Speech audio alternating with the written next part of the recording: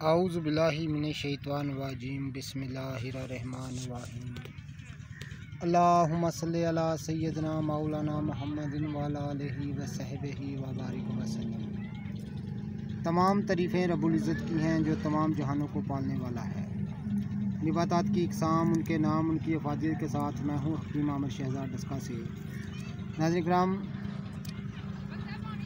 जड़ी बूटियों की सही शक्ल सूरत, उनके सही नाम, उनके सही फ़ायदे में आपकी खिदमत में अर्ज़ करता हूँ। जितने भी मेरे दोस्त अहबाब चैनल पर नए हैं वो चैनल को सब्सक्राइब ज़रूर किया करें। तो इस वक्त मैं आपको दिखा रहा हूँ हज़ारदानी सफ़ेद, यानी ये आप देख रहे हैं अपने मोबाइल की स्क्रीन पर। हज़ारदानी दो किस्म की होती है, सफ़ेद और सुरख। ये मैं आपको हज़ारदानी सफ़ेद दिखा रहा हूँ।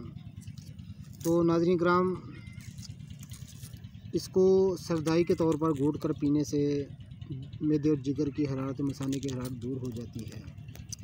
दही लोगों में, देहाती लोगों में बहुत ज़्यादा इसको इस्तेमाल किया जाता है। तो जड़ी बूटियों की सही शक्ल सूरत, उनके सही नाम, उनके सही फ़ायदे में आपकी खिदमत में अर्ज़ करता हूँ। जितने भी मेरे दोस्त अहबाब चैनल पर नए हैं वो चैनल को सब्सक्राइब ज़रूर किया करें। असल हज़ारदानी मैं आपको दिखा रहा हूँ। मैदे और जिगर की हरारत और मसाने की हरारत को के लिए इसको इस्तेमाल किया जाता है। बड़ी लाजवाब चीज़ है। तो नाज़रीन किराम, दही लोग इस बूटी से ही फ़ायदा हासिल करते हैं, आप भी कीजिएगा। ये नेचुरल इलाज हैं, खालस इलाज हैं, तो इनको ज़रूर इस्तेमाल कीजिएगा आप।